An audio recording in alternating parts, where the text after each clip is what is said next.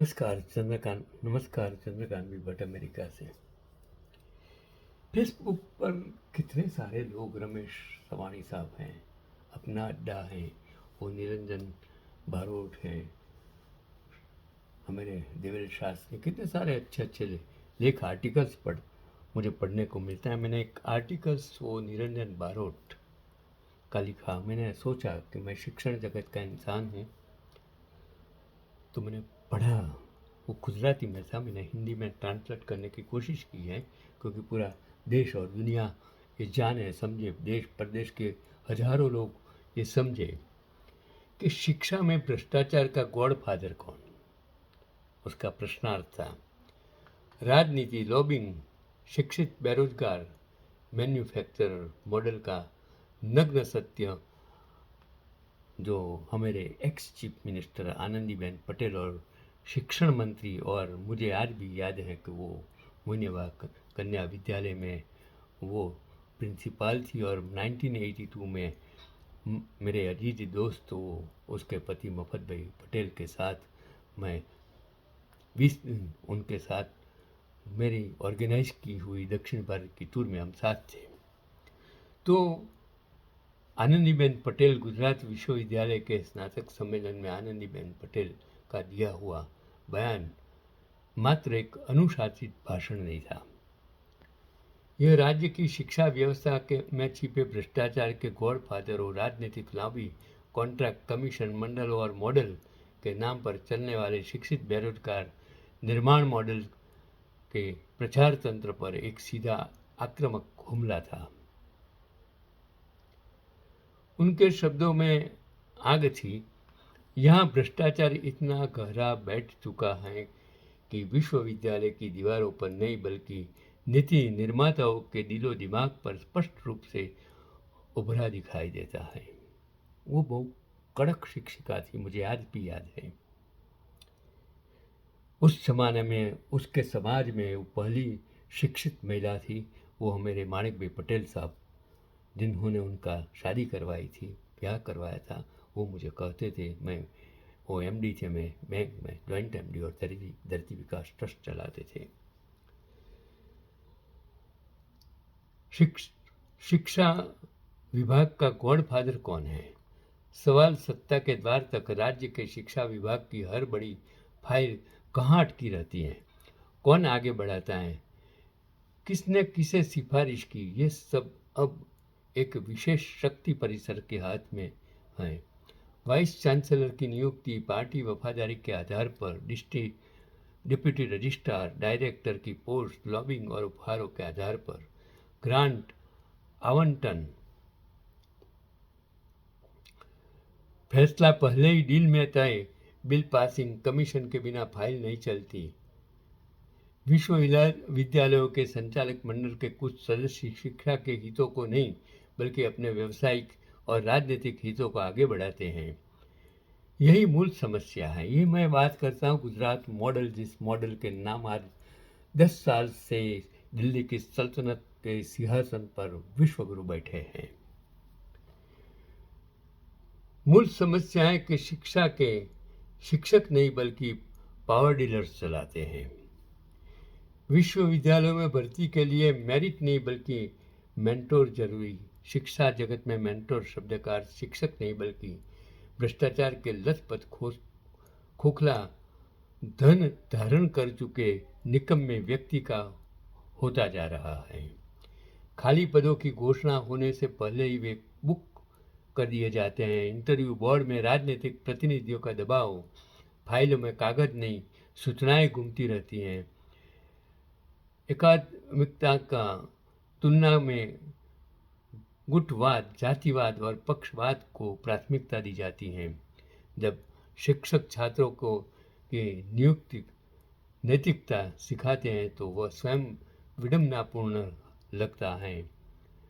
शोध के फंड राजनीतिक नेताओं के लिए आर्थिक घोटाले का एटीएम, ग्रांट आवंटन फैसला पहले ही डील में तय, बिल पासिंग, कमीशन के बिना फाइल नहीं चलती, और विश्वविद्यालयों के संचालक मंडल के कुछ सदस्य शिक्षा के हितों की नहीं बल्कि अपने व्यवसायिक और राजनीतिक। शिक्षण अब शिक्षकों के बजाय पावर डीलर्स द्वारा संचालित हैं। जो मैंने पहले ही कहा कि रिसर्च फंड राजनीतिक नेताओं के लिए आर्थिक घोटाले का एटीएम बन गया है। और गुजरात मॉडल बनाम जमीनी हकीकत पैकेजिंग चमकदार अंदर खोखला राजनीतिक मंचों पर प्रभु प्रस्तुत मॉडल एक राजनीतिक ब्रांडिंग है। पृष्ठभूमि की हकीकत यह कहती है कि शिक्षा की बुनियाद कागज पर ज़्यादा खूबसूरत दिखती है। रैंकिंग्स राजनीतिक पीआर से गढ़ी जाती हैं। स्कूलों और कॉलेजों में शिक्षकों की कमी, शैक्षिक स्वतंत्रता लगभग शून्य, छात्रों के सवालों के सामने प्रशासन बहरा और मुक्त है। और आनंदीबेन का संदेश स्पष्ट था, मॉडल बनाए रखने के लिए आंकड़े रंगे जाते हैं, सच्चाई नहीं। और छात्रों का भविष्य के नेताओं की चुनावी जीत के लिए सिर्फ दिखावटी फरेब शिक्षण कार्यक्रम, अब पीआर गतिविधि, नेता का पोजिशनिंग, फोटो इवेंट्स, छात्रों का उपयोग बैकग्राउंड के रूप में होता है, पर उनकी नौकरी, कौशल, शोध, इनका किसी राजनीतिक एजेंडा में स्थान नहीं है। छात्रों का भविष्य अब चोट खाता है जब डिग्री राजनीतिक प्रचार का साधन और नौकरी पार्टी की सिफारिश की नतीजा बन जाती है। हमारी शिक्षा नीति आज अनपढ़ों के हाथ में केवल प्रयोग बन रहा है कर रह गई है। आज की शिक्षा असली शिक्षण से मिलो दूर हैं। हमारी यूनिवर्सिटियाँ शिक्षित व्यक्ति बनाने की बजाय शिक्षित बेरोजगार निर्माण करने वाली कंपनियां बन गई हैं। और सबसे बड़ा सवाल है कि ये जिम्मेदारी किसकी। आनंदीबेन की आलोचना किसी एक व्यक्ति पर नहीं बल्कि सिस्टम पर तीखे प्रहार की तरह थी। और अब सवाल सीधे राज्य सरकार के सामने खड़ा है कि इन भ्रष्ट सरपरस्तों को कौन पाल रहा है। शिक्षा की नियुक्ति और राजनीतिक मंजूरी से क्यों बंधी हुई है। विश्वविद्यालयों की स्वतंत्रता पर किसका आधिपत्य है। मॉडल दिखाने में तो रुचि है, पर सुधार करने में रुचि क्यों नहीं है।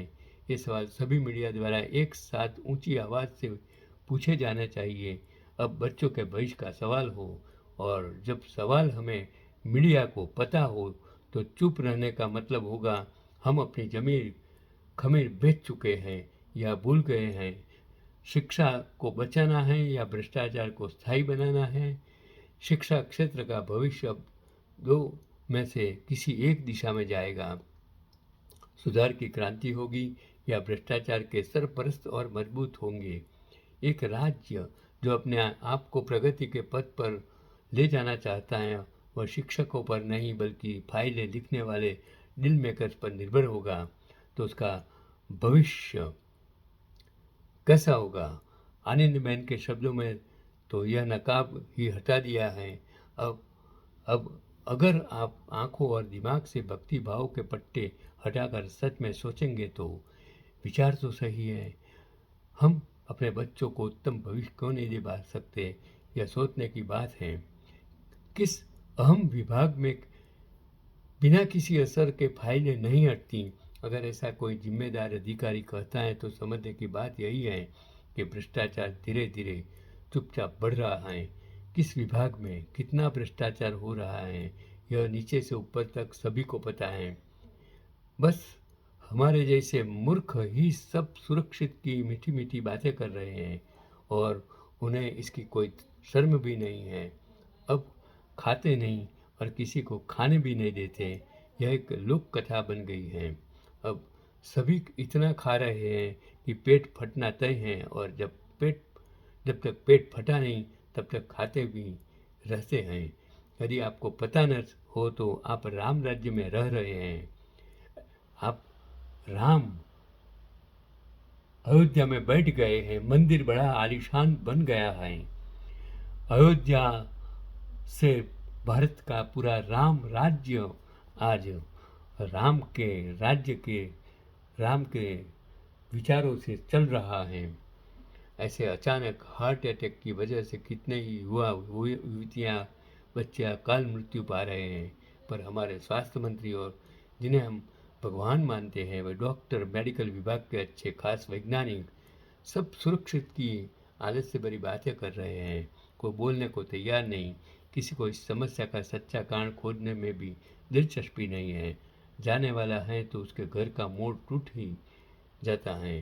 क्या गाजियाओं के बाप का कुछ लुटता है। हम तो लाल पीले रंग की बात तो हो जब होती है तभी होली मनाते हैं। बाकी सब ठीक है, जागते रहो या भाग्यशाली बनो।